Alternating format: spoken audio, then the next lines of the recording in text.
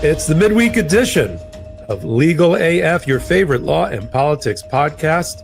Wednesdays with Karen Friedman, Agnifilo, and Michael Popok. Oh, where do we start?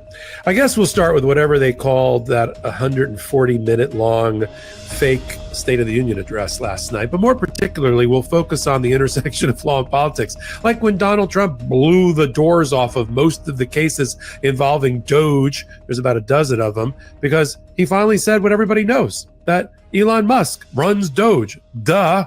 But the Department of Justice has been taking counter positions on that until now. And then we got that weird moment when Donald Trump entered the arena, entered the chambers, and did like a fist bump, little belly pat of Chief Justice Roberts, who looked very uncomfortable. Talk about things that were said there. And Amy Coney Barrett, who's getting like flamed, roasted by MAGA because they don't like the fact that she like turned away and didn't look at him and didn't want to participate in this charade. And right into, from off of that, we'll go right into the United States Supreme Court, because we got two rulings back to back. One today in a 5-4 decision.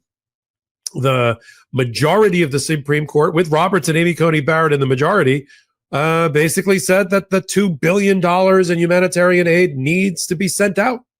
Upholding a order of Judge Ali in the District of Columbia, a shocking blow to the Trump administration, with a scathing dissent by who else? Sam Alito, writing on behalf of Gorsuch, Kavanaugh, and Thomas, which he said he was stunned by the majority's decision. I was stunned by the dissent. We'll cover it with my colleague Karen Friedman, Agnifilo. And then, they give with one hand, they take away with another. We got a new ruling the day before yesterday by the United States Supreme Court that basically said it's okay to have raw sewage pouring into your water supply, and gutting many, many aspects that we have come to hold dear and keep us healthy and safe with our Clean Water Act. We'll talk about why, as one satirical X account referred to it, why do we have to drink poop water? And why is the Supreme Court okay with that? I bet you all their water's filtered, by the way. So we got that kind of back-to-back bookends on the United States Supreme Court, as Donald Trump starts to try sort of to walk back some of his most extreme positions about firing certain workers, while at the same time we got two back-to-back rulings, one by Judge Amy Berman Jackson, the other by Judge Rudy Contreras in the District of Columbia, on two sides of the same coin about our civil service program. One side being the Office of Special Counsel, headed by Hampton Dellinger, a Biden appointee. The other, Kathy Harris, I think her name is Kathy Harris, the head of the Merit Protection Service Board, who is also a Biden appointee. Both got canned. When you fire the very watchdogs that are responsible for stopping illegal firings of federal workers in retaliation for partisan reasons, and you fire them, you might end up in court. You might get a permanent injunction issued against you. And we're going to talk about how those cases were played out. What was the basis of those cases? One of Karen's favorite precedents, Humphrey's executor. We're going to talk about it. I know you love that case. I saw you talk about it. And on its way to the United States Supreme Court. And I think that's going to be our show. Well, good night, everybody. Hi, Karen. How you doing? Hello. I'm good. How are you? I'm doing fantastic. Tell me about what's going on in your life with all your lovely children and your lovely husband and all that fun stuff we never really get to dive into. Oh yeah. Well, my husband, he's been on trial and out of town, so I barely see him these days. But hopefully, I'll see him again soon, and everyone's good. Thank you for asking. How about you? How are things? I see you in a short sleeve shirt. Cold in here. Yeah. Cold in here. Yeah. We moved. My wife and I moved south with our baby daughter. Everybody's thriving, and appreciate you asking. And this is the new podcast studio for Popok Media Enterprises, or whatever we're calling it. Is that a dartboard behind you? Yes, because that's funny. I shifted my computer and it wasn't on camera before. So I have to just make a confession. I was a dart hustler in college. Really? And yes, I played on the Metropolitan Dart League at NYU, which was not made up of college students. It was made up of semi-alcoholic guys in Irish pubs all around Manhattan. By the way, this is like breaking news. This is breaking news. This is like, I bet you'd never discuss this in one of your Patreons or anything else. This is a big deal. Like people are learning that you were Tuesday night. A dart what? It was the Metro. It still exists. It's the Metropolitan Dart League, like a bowling league in Manhattan. We went from Irish pub to Irish pub on Tuesday nights, and I even had a fake name, There's a group of people in New York. Thank you. There's a group of people in New York that know me not by Michael, Mike, or Popok. They know me by Vic, V-I-C. That was my dart name. Why do you have a dart name? Because there were so many Mikes and Michaels that when we used to sign up on the dart on the list to be next, they would yell out Mike in an Irish pub. Do you know how many people turned their head? So you were Vic. No, I came up with Vic, which was an inside joke with some friends of mine from college, and I was Vic. So to this day, I will run into somebody from that era, and I'll put my hand out and go, Michael or Mike, and they'll go, no, that's not your name. I'll go, Vic? I go, yeah, Vic. You're Vic. And so wait, what is it called? A dart shark? No, I don't know. No, he's saying I was a dart shark. Oh God, hilarious.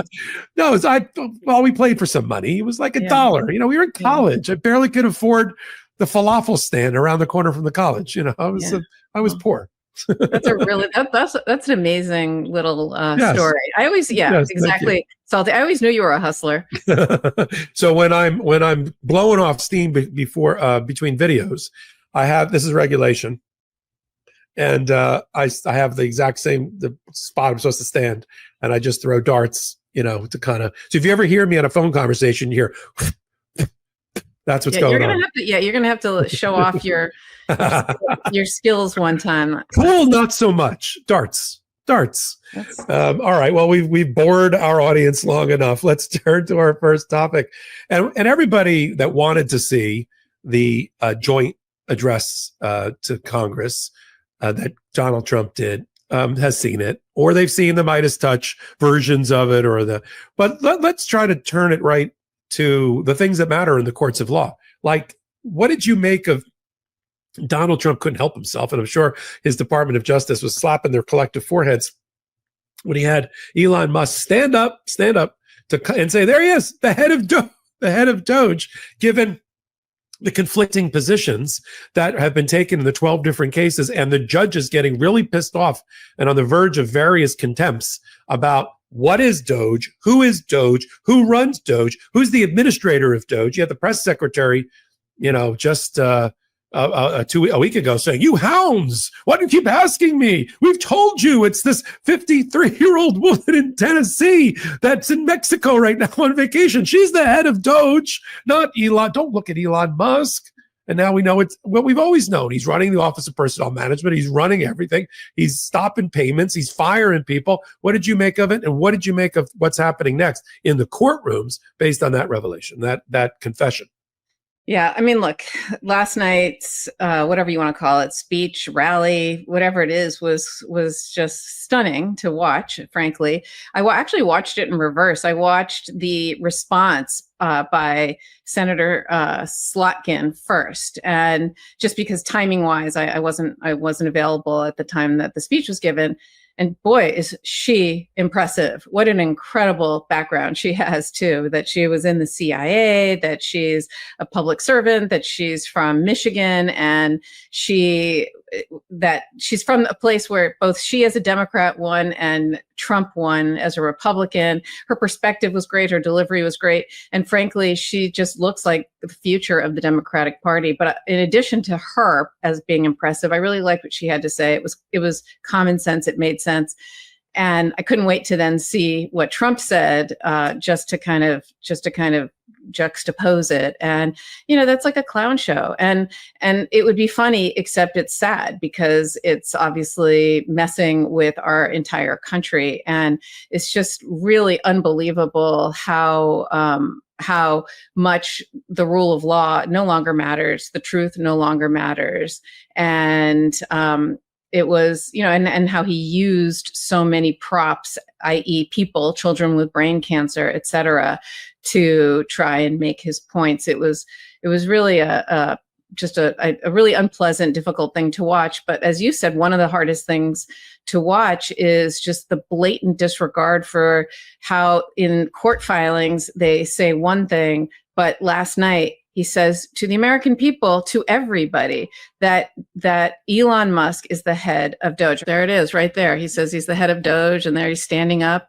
Everyone's applauding, telling him he's doing a great job. I mean, that's exactly what was happening. And the reason that's stunning is, let me just frame this issue a little bit for people so they understand.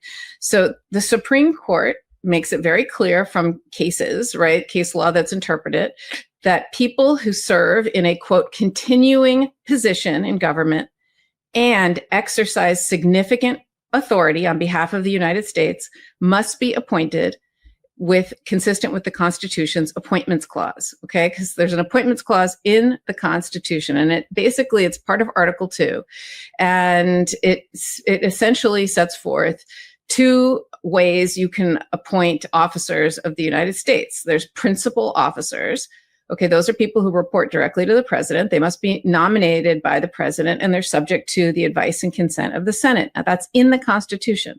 For inferior officers, the Constitution allows Congress to give that power to the president alone. So that meaning they don't have to have Senate confirmation.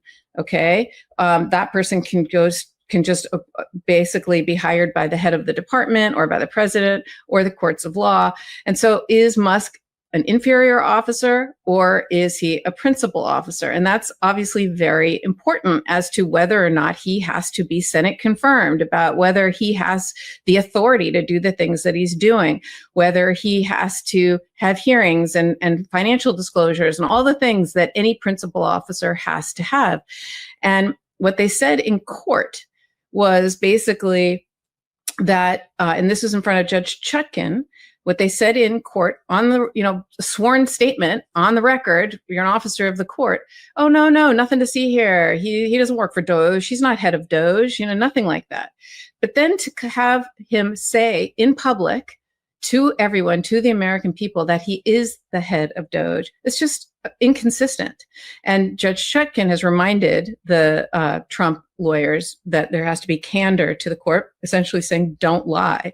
But he's lying. And it's just the ultimate gaslighting, right?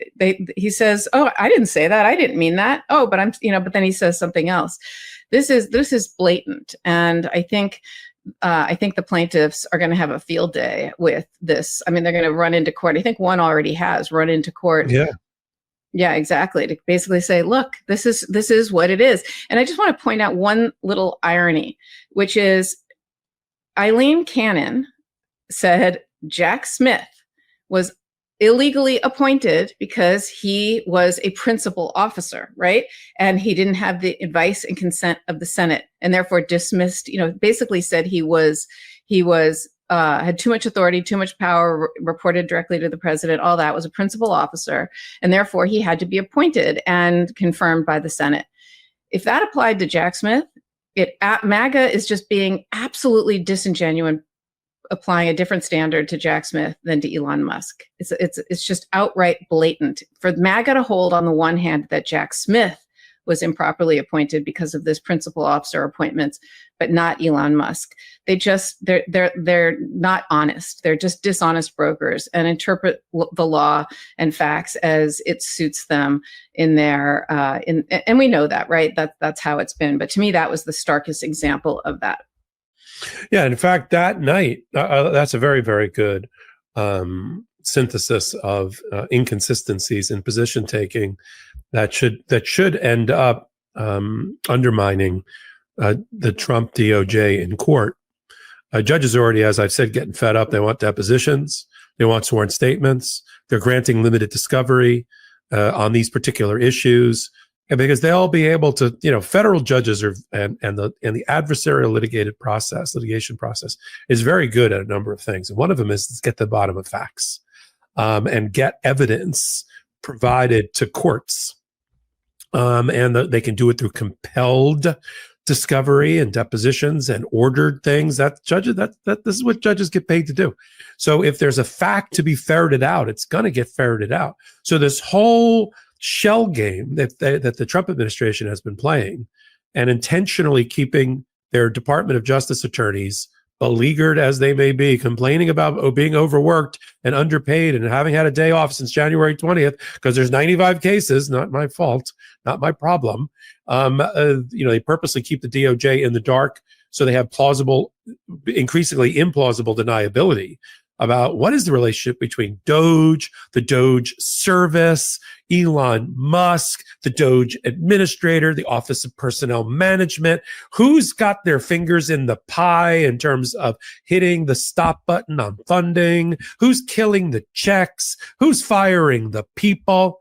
I mean, we are 45 plus days into this administration, or as I like to call it, the American hostage crisis. And we can't, and judges can't get a straight answer out of anybody. One judge referred to it as so opaque, he can't even figure it out. And then Donald Trump, much to the chagrin, I'm sure, of a forehead slapping Carolyn Levitt, the press secretary, who said, "Why you hounds in the media? Why do you ask me questions? Why do you require me to answer?" I don't know. You're the press secretary. That's what your job is. That's what the taxpayers pay you to do. Know the answers to things. They keep her in the dark, or in the stupid, as I like to refer to it. And then she says, "All right, we'll tell you who it is. It's not Elon Musk, or I won't tell you from this podium." That was my favorite. I'm not going to tell. I know. I thought I was in the 5th grade. I know, but I'm not going to tell you. Okay. That's not how that works in court, Caroline. Look, Carolyn Levitt has already screwed up the Trump administration already once over funding issues when she did that improvident social media posting where she said, no, we didn't, reverse course on the president's executive order. We did it on the memo about funding. And every judge jumped on it and said, see, they didn't reverse course. Exactly. Injunction granted. And so that night, Karen, last night, at about 9:50 at night or so, within minutes, one of the cases filed a judge, additional new evidence with the exact from the YouTube and the quote and the pointing and the whole thing in a case involving certain types of federal contractors and workers. So we got that. Can you imagine if one of us applied to a federal judge like that? We'd get Rule 11 sanctioned in 2 seconds. I'd get found in contempt within sanctions. We'd be we'd be disbarred. Seriously, lying to the court. This is not a political campaign where you basically politicians are somehow expected to lie and exaggerate and it's just politics. In court, even though it's an adversarial process, you have a duty, obviously, to be completely honest. I mean, it's just unbelievable to me. But the thing is, they say the MAGA says the quiet parts out loud. And what do you think is going to happen? Let's just play this out one more before we kind of tease our next topics and go to our break. What do you think is going to happen when inevitably, a federal judge allows or orders Elon Musk for deposition? Now here's where the rubber meets the road, right? The Trump administration is saying he's a special purpose government employee working for the executive branch. He's a executive branch advisor, just like Anita Dunn was for Joe Biden. That's all. Nothing to see here. And they're going to try to put up executive privilege, right? And stop that deposition. And then we're going to be in front of the Supreme Court. What do you think happens there? I think 2 things are going to happen. I think exactly what you just played out, right? That they're going to cite executive privilege, that he can't be called or to testify. That's number one. I think the other thing that's going to happen is the lower courts are all going to rule that it's clear that he's a principal officer and that he should be appointed with the advice and consent of the Senate. And then let's see what Supreme Court does, right? I mean, that's the big question, because there's no question in my mind about what's happening, about the facts here, and about what needs to happen. But it's just, will the Supreme Court, the Supreme Court has been doing his bidding for so long. At a certain point, when are they going to rein him in? There will be a point where they will rein him in. They have to rein him in, I think. I can't imagine that they're going to allow Donald Trump to run roughshod over the laws of this country, not because they care, but because they would be worried about making new law that could then allow a Democrat to do the exact same thing. I mean, that's the thing that I don't even understand. I understand what you just said is perfectly right. The fact that Donald Trump is a short timer and a short tracker and has a short time horizon, I get it. And they want to do maximum destruction between the relationship between, pardon me, the government and the American people as they can, and reshaping the government in the 2 years they probably have until midterms and we get the House and the Senate back. But I don't get why they want to empower the future Democratic president, and there will be one. Of course. I don't know if it's, I'm hoping it'll be in the next go around. Maybe it's 2 go arounds from now, but there will be a Democratic president. And why do they want to give him all these superpowers out of the United States Supreme Court?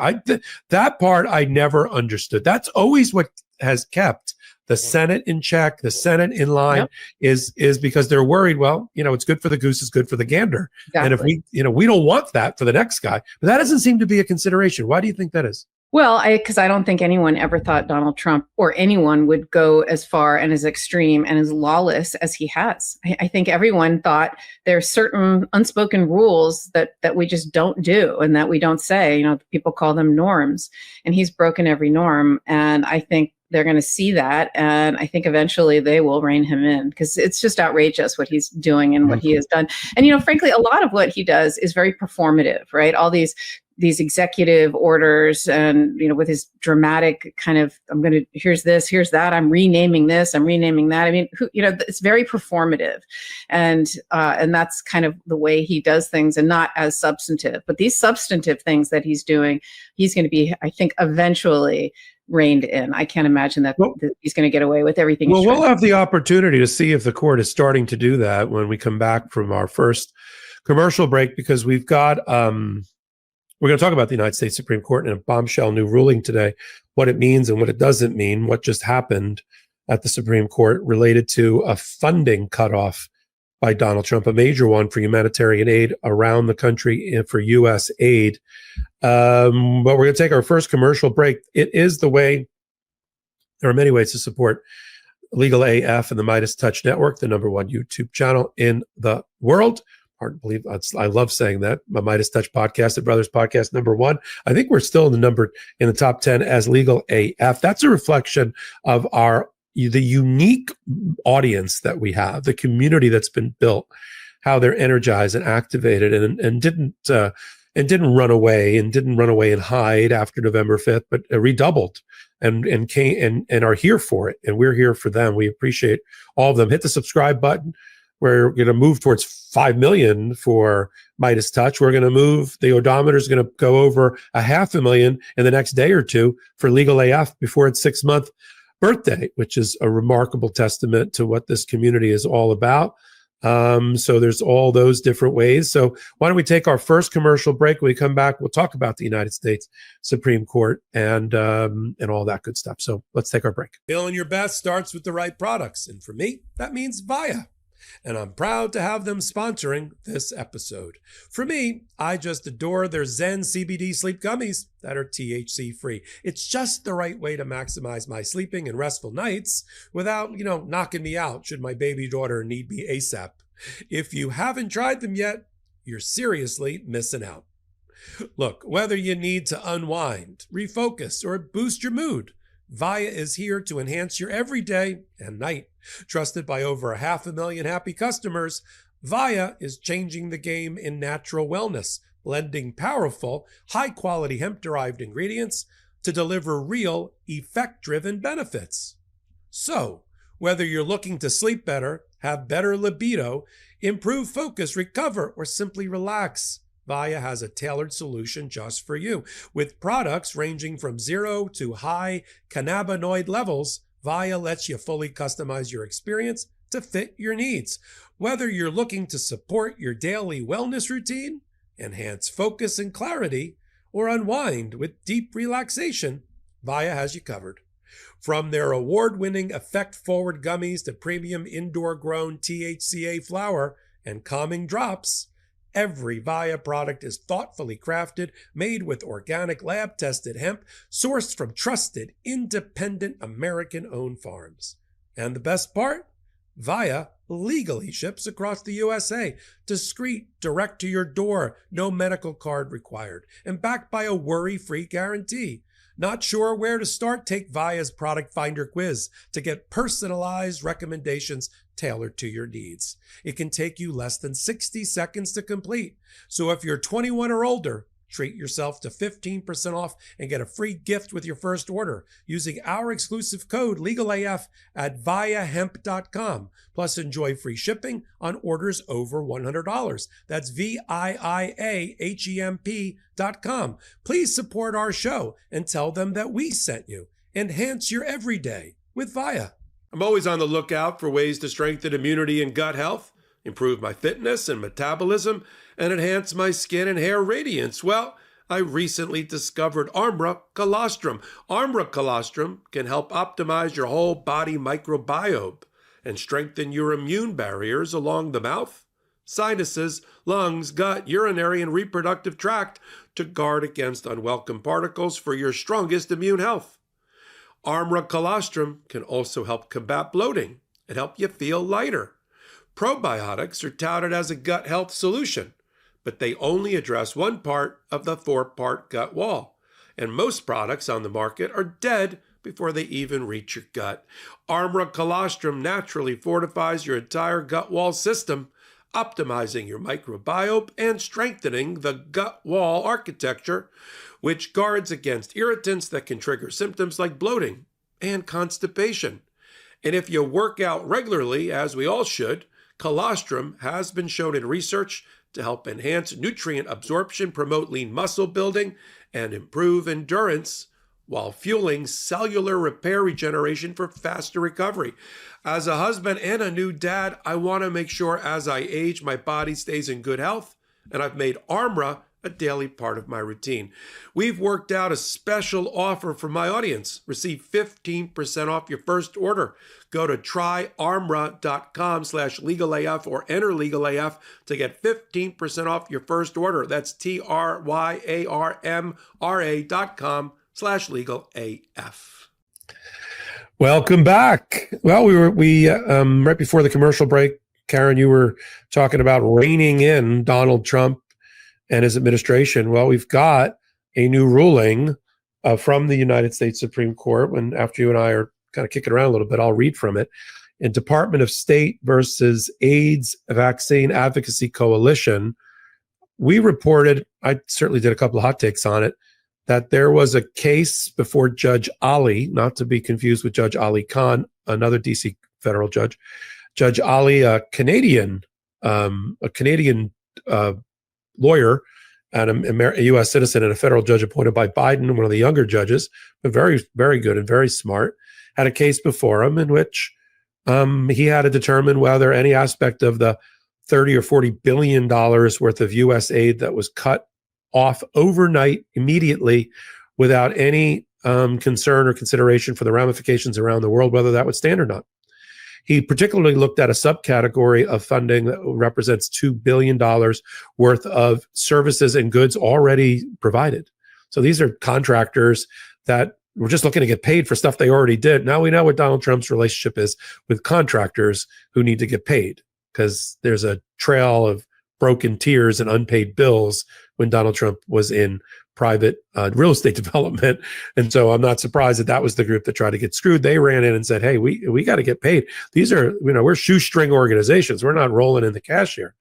And after a temporary restraining order hearing and briefing, the judge gave the Trump administration a couple of weeks to turn on the spigot and get the $2 billion out the door, finding it was arbitrary and capricious, it was illegal, it was unconstitutional under separation of powers, and it needed to be done forthwith. Donald Trump didn't do a darn thing about it. And a couple of weeks went by, and the plaintiff's lawyers let the judge know the money hasn't been turned on, hasn't been paid, while there was other reporting about Elon Musk's DOGE bros going in behind the scenes to countermand instructions to make payment and just unchecking boxes so that people weren't getting paid, even though Marco Rubio, the Secretary of State, said they had to be paid. So all of that came back to Judge Ali. Judge Ali got annoyed. Judge Ali gave them 3 days to turn on the payments or he'd find them in contempt. And that was last Tuesday at midnight. It didn't happen because the Trump administration ran ultimately to the United States Supreme Court Justice Roberts entered an administrative stay just for a short amount of time to allow fuller briefing, not full briefing, but full briefing. Friday, there was a brief that was filed by the AIDS Vaccine Advocacy Coalition. Can you think of an organization that needs our humanitarian money more than the AIDS Vaccine Advocacy Coalition? And after seeing the brief, they got together as a 9-judge panel, and they took a vote, and 5 votes came out in a surprising way. Karen, take it from there. What was the 5? How did the 5 rule? What's the new ruling? And what did Alito do? And if you need me to do it, I'll do some reading from it. Yeah, I mean, look, they ruled against Trump and the Trump administration, which was surprising. Justice Roberts and Amy Coney Barrett sided with the three liberal, more leaning liberal judges. By the way, speaking of Justice Roberts, what was up with Donald Trump thanking him last night and saying he'll never forget, right, in front of the American people? Thanking him for what? I mean, we can only imagine. But they sided with against the Trump administration, which was a pretty stunning loss, right? Basically saying, no, you can't do that. You can't just, in this disorganized, disordered, really irresponsible way, just not pay people for work that they've already done, work that's been appropriated by Congress, right? And it's just ridiculous. I mean, look, there's lots of other money that this doesn't involve. This just involves $2 billion. But it essentially said, no, it sent it back to just Judge Ali, the district court judge, to say, okay, Judge Ali, you originally gave a deadline of 11:59 p.m. a week ago that this money had to be paid. Obviously, that has passed because we gave an administrative stay while we considered this in lightning speed over the course of the weekend, and said, so please do a schedule that clarify and basically come up with a reasonable schedule that the government can meet.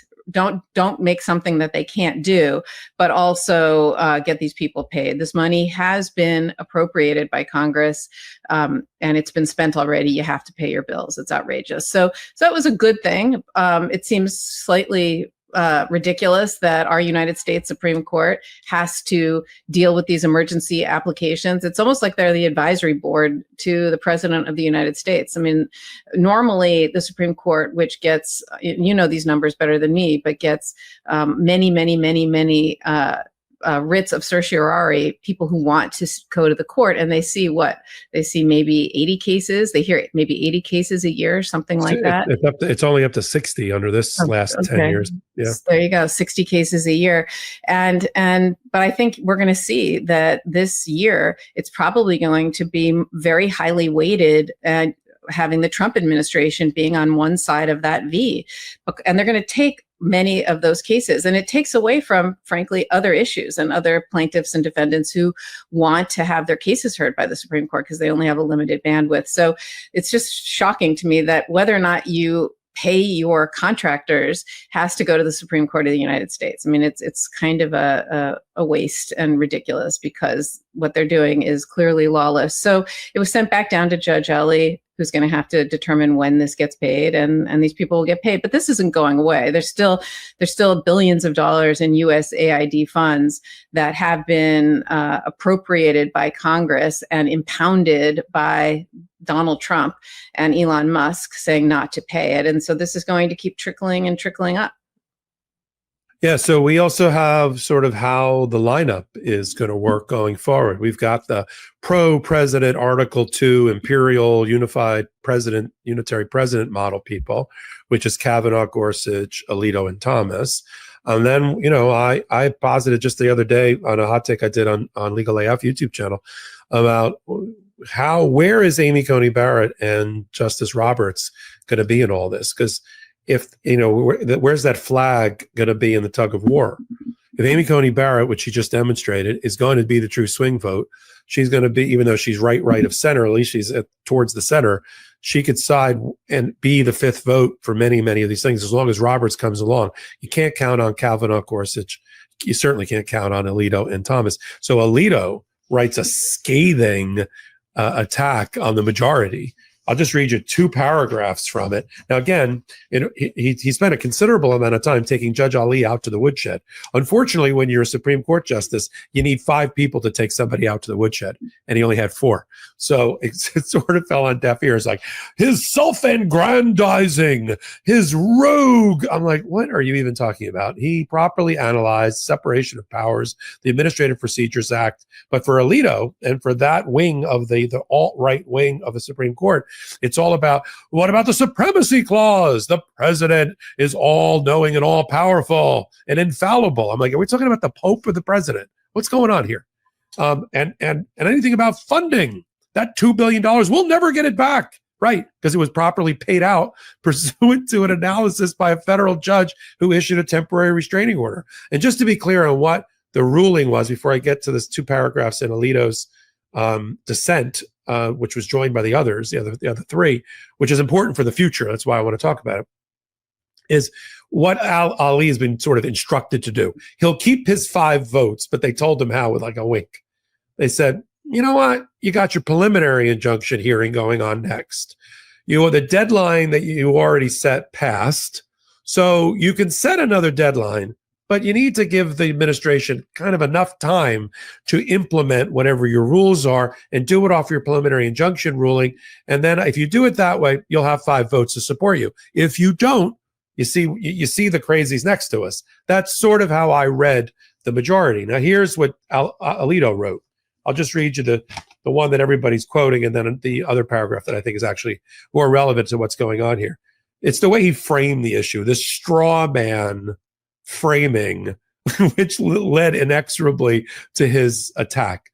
Does a single district judge who likely lacks jurisdiction have the unchecked power to compel the government of the United States to pay out and probably lose forever $2 billion of taxpayer, or $2 billion of taxpayer dollars? The answer to that question is emphatic no. But a majority of this court apparently thinks otherwise. I'm stunned. That's Alito. Now, in the okay, right now, first of all, he doesn't lack jurisdiction because of the Supremacy Clause, and what about the impoundment, the illegal impoundment of funds that were already allocated by another branch of Congress? Now, here's what he says in the last page, or second to last page, on page 8. Today, this is Alito again, the court makes a most unfortunate misstep that rewards an act of judicial hubris and imposes a $2 billion penalty on American taxpayers. I'm sorry, American taxpayers are probably in favor of paying their legitimate debts. The district court has made plain its frustration with the government, and respondents raise serious concerns about non-payment.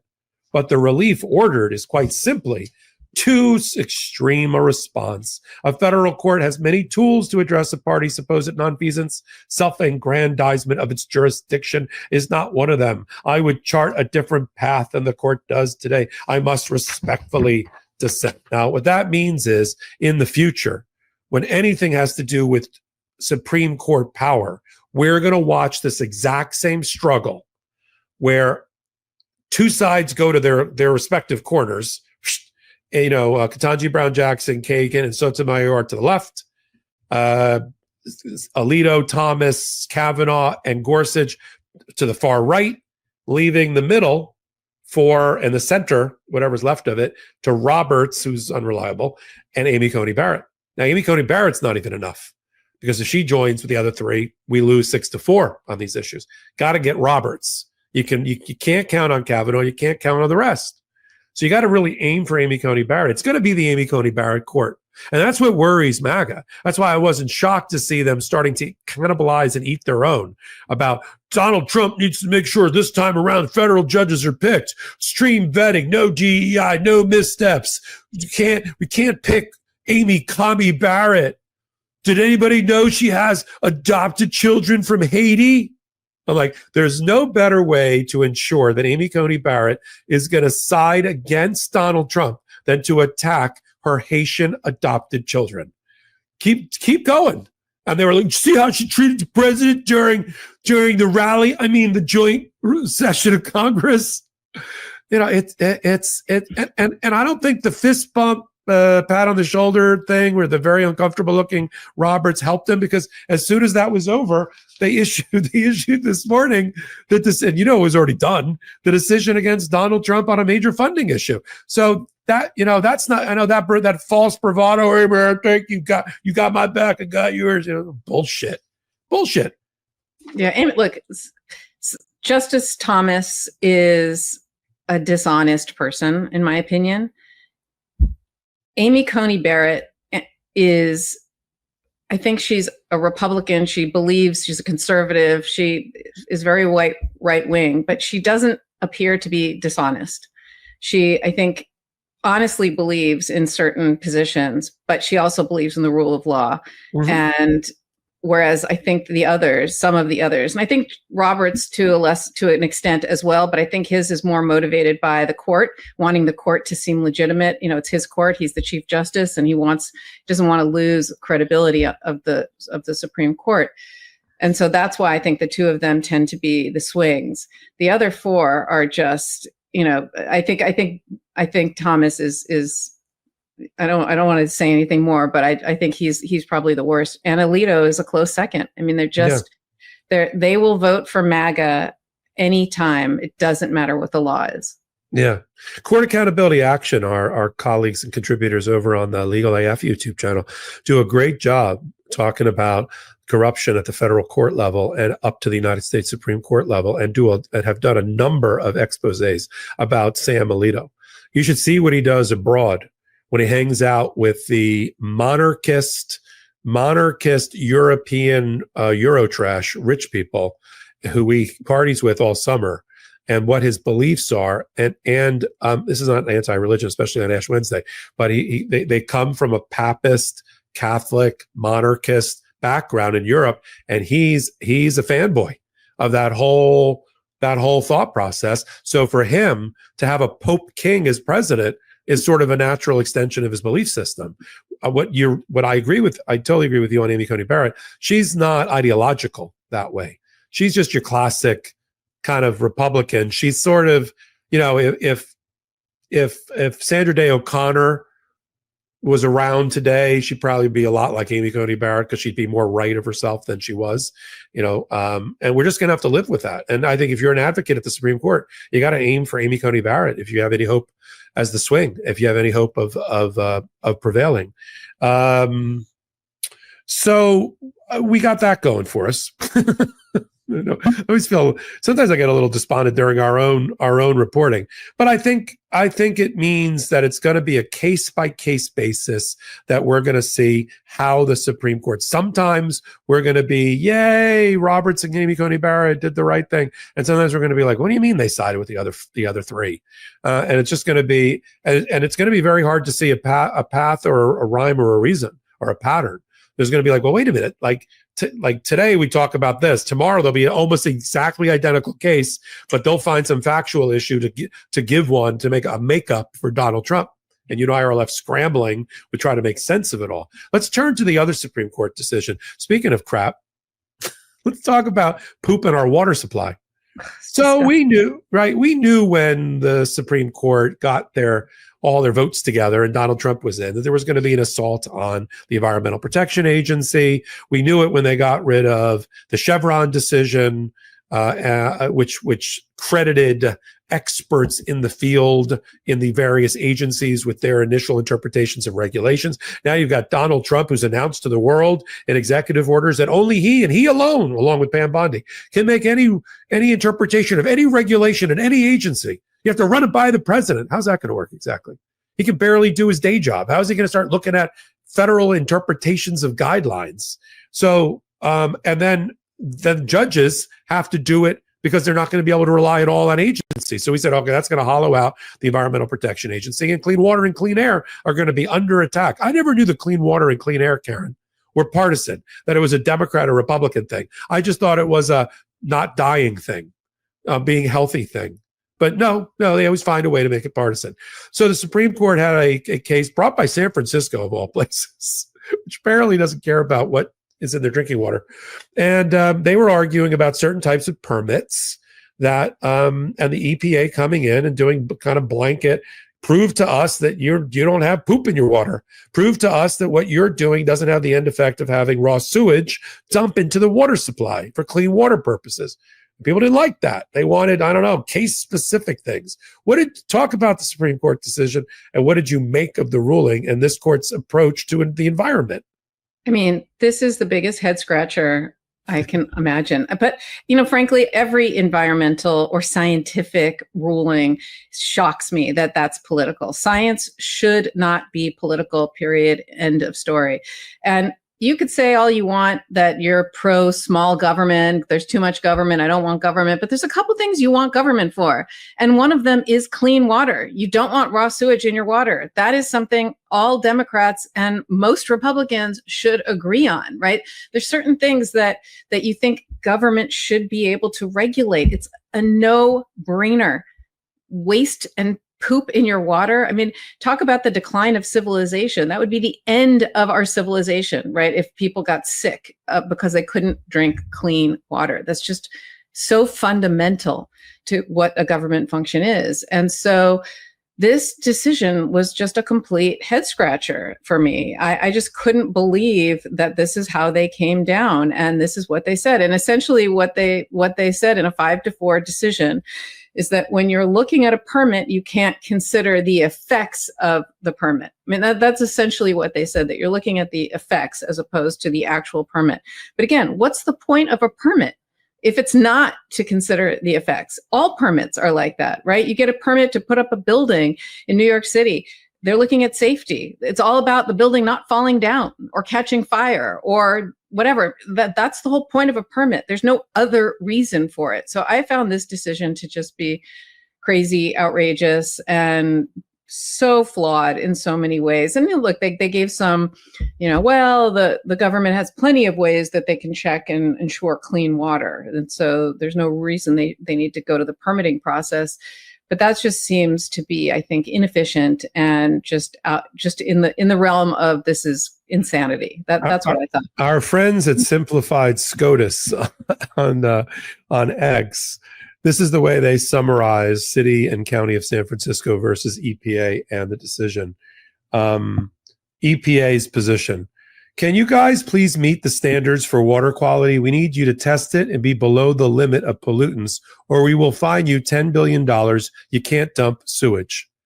And then city and county, you literally cannot make me test the water. Like, I'm following all of the rules you have. Just sometimes the poop kind of slips in the water. And when we dump it, like, we have a lot of water to deal with, so poop just gets in it. And the Supreme Court says, literally, poop water happens. It's not in section blah, blah, blah of the Clean Water Act that you can test the poop amount. You have to trust the poop purification process. So eat, or should I say drink shit, EPA. Alito. I love them. I'm going to invite them on Legal AF to have their own weekly hot take, a simplified SCOTUS. I like that a lot. We're going to simplify a lot of different things when we come back, particularly, huh? I love the eat shit. I like eat shit, drink shit, EPA. Yeah, drink shit, EPA. We're going to talk, speaking about eating shit, we're going to talk about Manhattan DA still having to fight off Donald Trump about a 34-count felony conviction, and where the appeal of that is going to take place. We're not even talking about the merits of an appeal. We're talking about which courthouse the appeal is going to be heard in, because of course Donald Trump wants to have his appeal ultimately heard by his fist bumping buddy John Roberts. And we're going to see what the Second Circuit has to say about that with a new final brief that was filed by Donald Trump's new lawyers. Attention. Donald Trump has gotten new lawyers. Big Law is no longer finding Donald Trump to be radioactive, and they've decided they're going to make a lot of money, get back in the business of representing Donald Trump. How convenient. So Sullivan and Cromwell, a firm that Karen and I know well from our days in New York, has decided to represent the President of the United States in their brief. I don't think it makes the brief any better or their legal arguments any better. We're going to cover all of that. But first, another word from our pro-democracy sponsors. Look, let me tell you. If there's a surefire way to wake up feeling fresh after a night of drinking, it's with pre-alcohol. Z-Biotics Pre-Alcohol Probiotic Drink is the world's first genetically engineered probiotic. It was invented by PhD scientists to tackle rough mornings after drinking. And here's how it works. When you drink, alcohol gets converted into a toxic byproduct in the gut. It's this byproduct, not dehydration, that's to blame for your rough next day. Pre-alcohol produces an enzyme to break this byproduct down. Just remember to make pre-alcohol your first drink of the night, drink responsibly, and you'll feel your best tomorrow. So I first gave pre-alcohol a try when I was celebrating our relocation and unpacking the last of the 150 moving boxes. I drank it before my first scotch and soda. And you wouldn't believe how on top of my game I felt the very next morning. This March Madness, don't let anything sideline your celebrations. Grab pre-alcohol before you go out and be ready to cheer on your team all day and night long. Go to zbiotics.com/legalaf to learn more and get 15% off your first order when you use Legal AF at checkout. ZBiotics is back with a 100% money back guarantee. So if you're unsatisfied for any reason, they'll refund your money. No questions asked. Remember to head to zbiotics.com/legalaf and use the code LegalAF at checkout for 15% off. This episode of Legal AF is brought to you by OneSkin, one of my favorite sponsors and one of my favorite products that I use every single day in my skincare routine. I had no idea how transformative using something like OneSkin can be. And you use it, it's easy, and it's just like a cream or lotion that you put on your face. That's where I use it. And there's a big difference. People notice. People tell me all the time that I look younger than my age. I'm 58 years old. I'm a grandmother. And I think one of the reasons that people think I look younger is because of my skin. And it's because of the routine that I do every single day. That includes OneSkin that has a proprietary OS1 peptide, which is a peptide that switches off the damaged senescent cells that cause lines, wrinkles, and that thin, crepey skin that you get with age. So it's this amazing product. It is founded by and led by an all-woman team of skin longevity scientists, and it's backed by extensive lab and clinical data to validate their efficacy and safety for all skin types.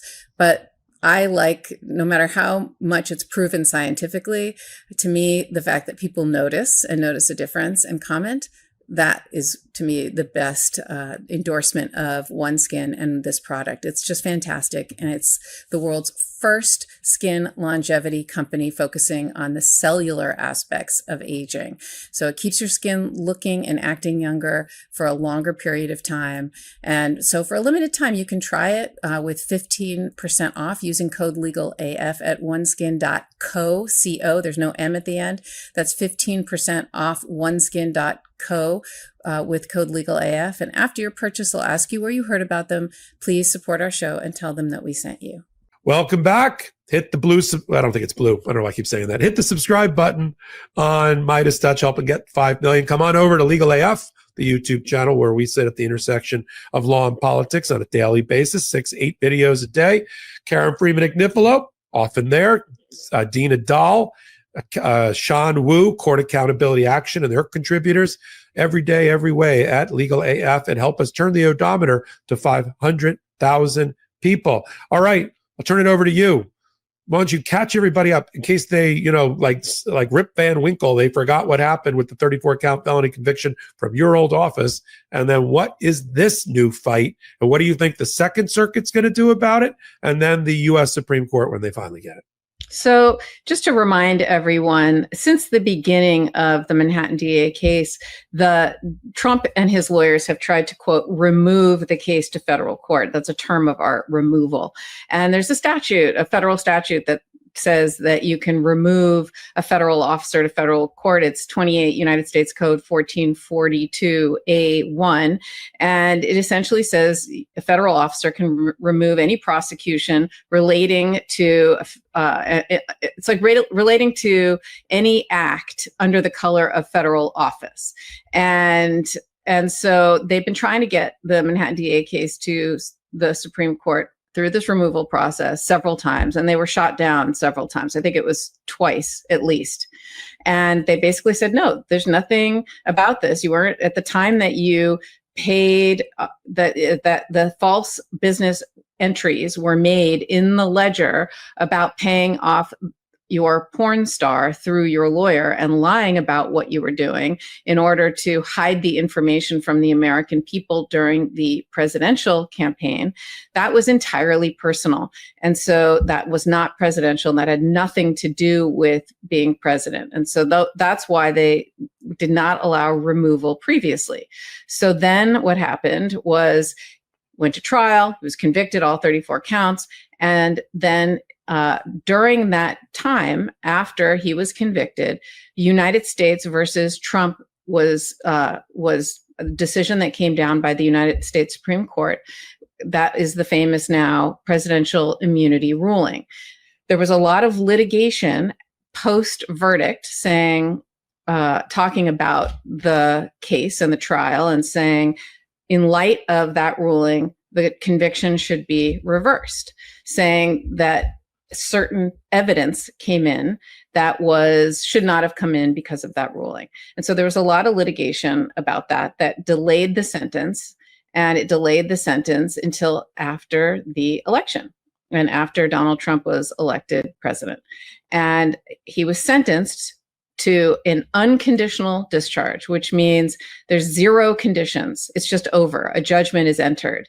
There's no jail, there's no fine, there's no probation, there's no community service, there's literally nothing, no restrictions. It's called an unconditional discharge. It just means your sentence is final and the judgment is entered and you are officially a convicted felon. And so what happened was they still now want to remove the case to federal court and go through this appellate process. Just side note for a second, parenthetically, Popok, I thought one of the arguments they were making before is you can't prosecute a sitting president because he's too distracted. He can't possibly defend himself. It would be too distracting. And that's one of the reasons that the Office of Legal Counsel at the White House has always held that the Department of Justice cannot prosecute a sitting president or can't, because it's not appropriate.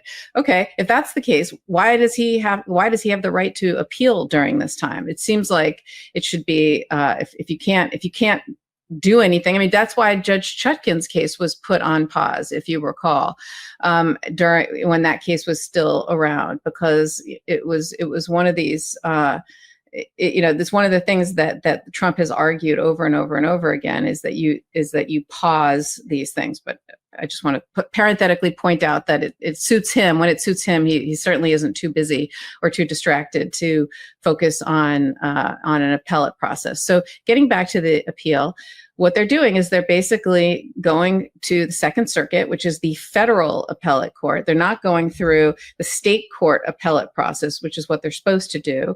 They're supposed to appeal to the intermediate court in New York, the state court, the appellate division, First Department. And then after that, it goes to New York's highest court, which is called the Court of Appeals.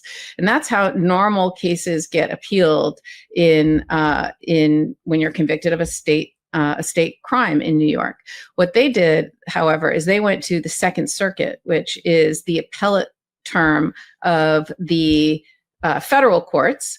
And what they're saying is the case should have been removed. Again, it should have been in federal court. It should have never been in state court to begin with. They're regurgitating the same argument, but what they're adding is we couldn't have made this argument before because United States versus Trump didn't exist, setting this precedent of presidential immunity at the time that we made our previous removal arguments. And therefore, now that there's new case law and new precedent, we want this to be removed to federal court. And if they get to remove it to federal court, they will have to find that a federal defense was implicated and that he was a federal officer. So that's what it would require to remove it to federal court. And once they do that, I think that opens the door for the Supreme Court to reverse the case under US v. Trump. It invites it. So I don't think the Second Circuit is going to allow that or hold that finding. What will the Supreme Court do if they don't make that finding? That's up to anybody. We'll see what they do. I think they uphold this conviction. I think this was entirely personal conduct. I don't think the evidence that came in, the very limited evidence that came in that might have been, that might not be permitted under US v. Trump, certain of Hope Hicks's testimony, some of Michael Cohen's testimony, perhaps. I think that any court will find that was harmless error in the face of all the overwhelming evidence of Donald Trump's guilt. So I think, but again, I still believe in the rule of law and the truth. I think so maybe I'm optimistic, but I think the Supreme Court will ultimately uphold this. But again, who the heck knows at this point?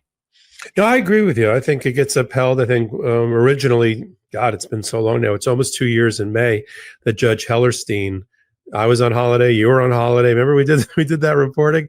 Judge Hellerstein made the right decision in finding that federal officer removal was not present in a, no pun intended, in a cover-up of a private affair. There was no arguable, colorable federal presidential conduct that was being implicated just because Michael Cohen testified about stuff on the Midas Touch podcast or on Legal AF and in court about, he might have gotten some consultation from Jeff Sessions, the Attorney General, about whether there was an election law violation. I mean, this is so minor. Yes, there is an aspect of the immunity decision that goes to immunity based on evidence or evidential immunity. But that's not the way you should apply it here when almost the entirety of the conspiracy that was the subject of the conviction was done while he was candidate Trump and not President Trump. To cover the reason he did the conspiracy, or what your old office referred to in court as the Trump Tower conspiracy, was to become president. It was the first example of election interference. And so all of that, the fact that after it, the payoff happened before he was president. The payback of the money, a couple of checks got cut while he was president, but that doesn't mean anything. And that shouldn't implicate federal officer removal, nor does it give him a federal defense. So again, this whole fight is not over the substance of what happened. It's not the appeal that it will eventually see, the judge was biased. The judge's daughter works for Democratic causes. The judge donated $50 to Democrats. The judge let in evidence that they shouldn't have let in. There was reversible error. Okay, you know what? I'll take on that fight. It's not about that. It's about which appellate court is going to decide this. The Second Circuit, ultimately, which is the same court the appeal is up in front of, which is the Manhattan or New York appellate court, on the way to the feds at the Supreme Court level? Or is it going to be the First Department Appellate Division in Manhattan, which is, just to keep it straight, is the state appellate court, and then the Court of Appeals in New York, the highest court in New York, the Appellate Division First Department. Are you a member of the Appellate Division First Department? Is that where you were sworn in? Yep. Me exactly. Too. In the ceremonial courtroom. Very lovely a moment with my parents, which I remember well. A lovely courthouse. I've been there a lot. It's right down the street from my old office. But it's either them who's sitting, remind everybody, so they don't forget, there's a $450 million civil fraud case against Donald Trump, and we're still waiting. It's been like 8 months. We're still waiting for the ruling by the appellate division, that particular court, about how much of that judgment that was found by Judge Engoron is going to survive against Donald Trump. That's for another day, but that's the court, and then up to the Court of Appeals. The reason Donald Trump is fighting so hard to get the federal court for his appeal, even though he didn't get sentenced to anything by Judge Merchan, is he wants to get a fast track to the United States Supreme Court so that he and his, fist bumping buddy, John Roberts, can figure out the fuller extent of the immunity decision from last July.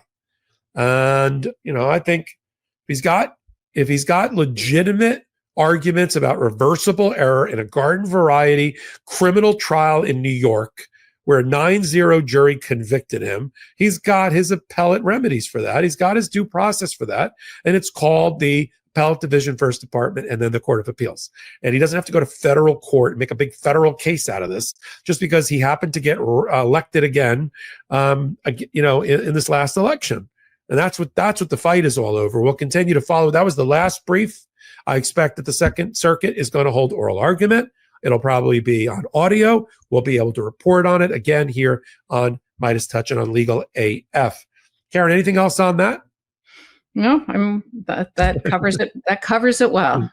Okay. All right. Well, let's go to the last part, the last segment on the show, which is going to be this fight that's going on with Donald Trump firing workers through Elon Musk, through DOGE, through the Office of Personnel Management. And it's all come to a head when Donald Trump has decided, as part of getting all the executive agencies, regardless of whether they're bipartisan, regardless of whether they're independent, as created by Congress, getting them under his greasy thumb and saying, I need to control all my executive branches, or my executive agencies. And two in particular are particularly disturbing because they head the entire civil service program that was reformed by Congress, bipartisan, under Jimmy Carter in 1976. And that Civil Service Reform Act created the Merit Service Protection Board, which is a 3-person board, which can't have more than 2 people in the same party, which has 7-year terms and overlapping terms to keep it bipartisan and keep it independent and keep it free from partisan attack. And they're responsible for making sure the federal workers aren't attacked because of their bipartisan presidents and fired. And the person responsible for making sure that didn't happen got fired by Donald Trump, the watchdog. Same thing with Hampton Dellinger, who was also appointed by Joe Biden to a 5-year term as the Office of Special Counsel, which is not what it sounds like. It's a little-known agency that's sort of very inward-looking, very internal, that protects federal workers from getting blasted by an incoming president. And he got blasted by the incoming president. So 2 different judges took a look at it. Amy Berman Jackson, on behalf of Hampton Dellinger, and for the Merit Protection Service Board, Rudy Contreras. And we have 2 summary judgments, meaning the trial is over, and 2 losses for the Trump administration on their way to the United States Supreme Court. You want to synthesize those things together and then move it forward to the Supremes? I mean, look, it's essentially what they're essentially doing is, as you put it, I think in a hot take, it's just fascinating to me that they're doing the very thing. It's just so ironic. They're doing the very thing these agencies were created to prevent, right? This just firing for no reason, for partisan political reasons. I mean, that's the whole point of creating some of these positions was so that they are not political, so that they are not these political appointments subject to the whim of whoever is in office. And it's just shocking to me. You know, they're just so blatant about it. As I said, they do all the quiet stuff out loud. And essentially here, what happened was the judges put the people back into their jobs, into their positions. Hampton Dellinger is back being the head of the Office of Special Counsel. And you know, he's the one, as well as the 5,000 probationary employees that were fired without cause, without reason. And, you know, it's a big win. It's a big win for law and order, frankly. It's a big win for the government and for people who depend on their jobs that they have. And for those of us who depend on the people who do those jobs, like making sure there's no poop in our water. I mean, that's who does that kind of stuff, right? Is civil servants. They're the ones who go out and keep us safe in so many different ways that we don't necessarily even know about and we take for granted. I mean, just think about the luxury of being able to turn on a faucet and drink water and not even think about it, and knowing that it's safe and knowing that you're not going to get sick from it. That's all because of the government. That's all because of civil servants. That is not because out of the goodness of the heart of capitalism and companies that want to make money. And so what's happening is these jobs have been saved for now. And I think ultimately the Supreme Court is going to hear these cases, and we know, because of what we've been talking about, there's 4 people who are going to be for Trump. And let's see what Roberts will do. Let's see what Amy Coney Barrett will do. And we'll see. We'll see what they end up doing. But for the rule of law, so far, the lower courts, they're not being partisan. They're upholding what the law is. And so, you know, I think that's a good thing. Yeah, I agree. And I think the analysis that were used, they were spookily similar. I mean, Rudy Contreras had the benefit of reading Amy Berman Jackson's the day before, but their 2 orders were very, very, very similar, almost in page length, and analysis. Comes down to 2 cases. The 2 cases you and I talked about. Humphrey's Executor, case from 1935 involving, I believe, Hoover, who's Donald Trump is rapidly emulating as a failed president before our very eyes, in which it was ruled that a board like the Federal Trade Commission, you can't just fire the head of the Federal Trade Commission, which was set up by Congress to be an independent bipartisan board. If Congress set it up with a for-cause firing. See, Donald Trump's argument is, you can't ever put for-cause firing. I get to independently fire whoever I want that's in the executive branch.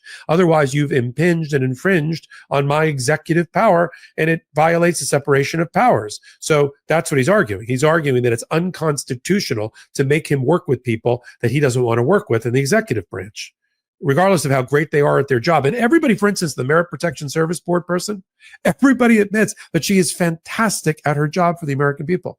She took like a several thousand case backlog and she got rid of 99% of it in just the 2 years that she was there. Like, she's really good at her job. That's the sad part. That's the dirty secret of what Donald Trump and Elon Musk are doing. They're firing people who are really, really good at their job that we've spent a lot of taxpayer dollars over a number of years to train, to learn how to be a very good civil servant, a very good technical expert in the department or agency that they're in. And we just fired them like they were yesterday's trash because of Donald Trump, never to be replaced. These people will never come back in the government, and we just lost their expertise. I know that Alina Habba likes to say, they're probably not qualified for their job. If anybody knows about not being qualified for a job, it would be Alina Habba. I agree. She's an expert in that. I agree. Yeah, seriously. So you've got the, can Congress create independent bipartisan boards and require that the people get fired from them only for cause, for doing bad things? Yes or no? And the Humphreys executor case is on point. And even though it's from 1935, it's still the dispositive case. And then there was a later case called the Sellis Law case that came out in 2020 that based itself on that and said almost the same thing on the flip side, describing which federal agencies have the administrators or the heads or the board members exert so much executive power that the president should be able to fire them.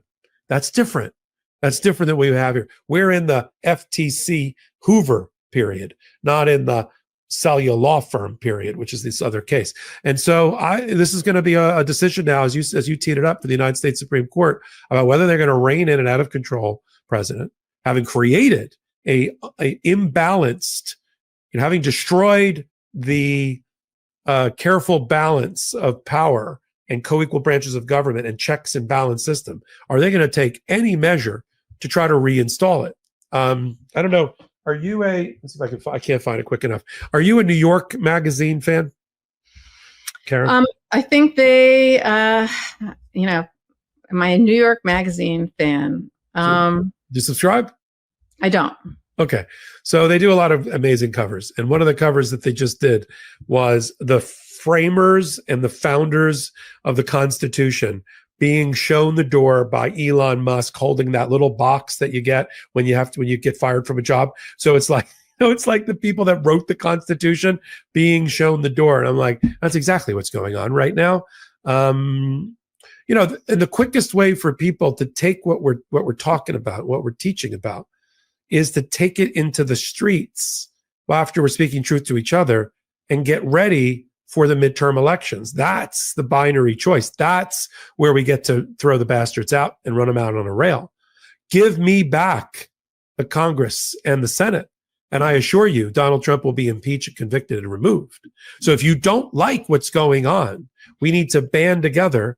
Because if the Democrats had the House, even if we had the Senate, we would be drafting articles of impeachment or getting them created. Donald Trump would have been impeached already based on many of the things that he's done as an abuse of power. That's what the framers and the founders wanted to happen. What they didn't envision is that a president would get swept into office on a phony populist message supported by a do-nothing and completely spineless Congress and bootlickers for that same president. And if they did envision that would happen and what that would do to the checks and balance system, they thought the Supreme Court would be the final savior. And failing all of that, then the American people get to take back their government at the midterm. And that's sort of where we're left. We're left in this twilight between the Supreme Court doing its job, and we see how difficult that's been, and the American people who own our government, sending the rest of these nutty, crazy, unpatriotic people packing. And that's what we'll continue to call for right here as we watch this failing presidency. Karen, we've reached the end of the show. Many ways to support us. Before we get there, we haven't done final word in a long time. Final word, final messaging. What do you got? Wow, final word. I didn't even think about that today. Look, last night was hard to watch, so I'm still recovering from it. It was hard to watch. It's hard to see where our country, how far we've come. But I'm also just heartened by the growth of the fact that the Midas Touch, that the Brothers podcast is #1.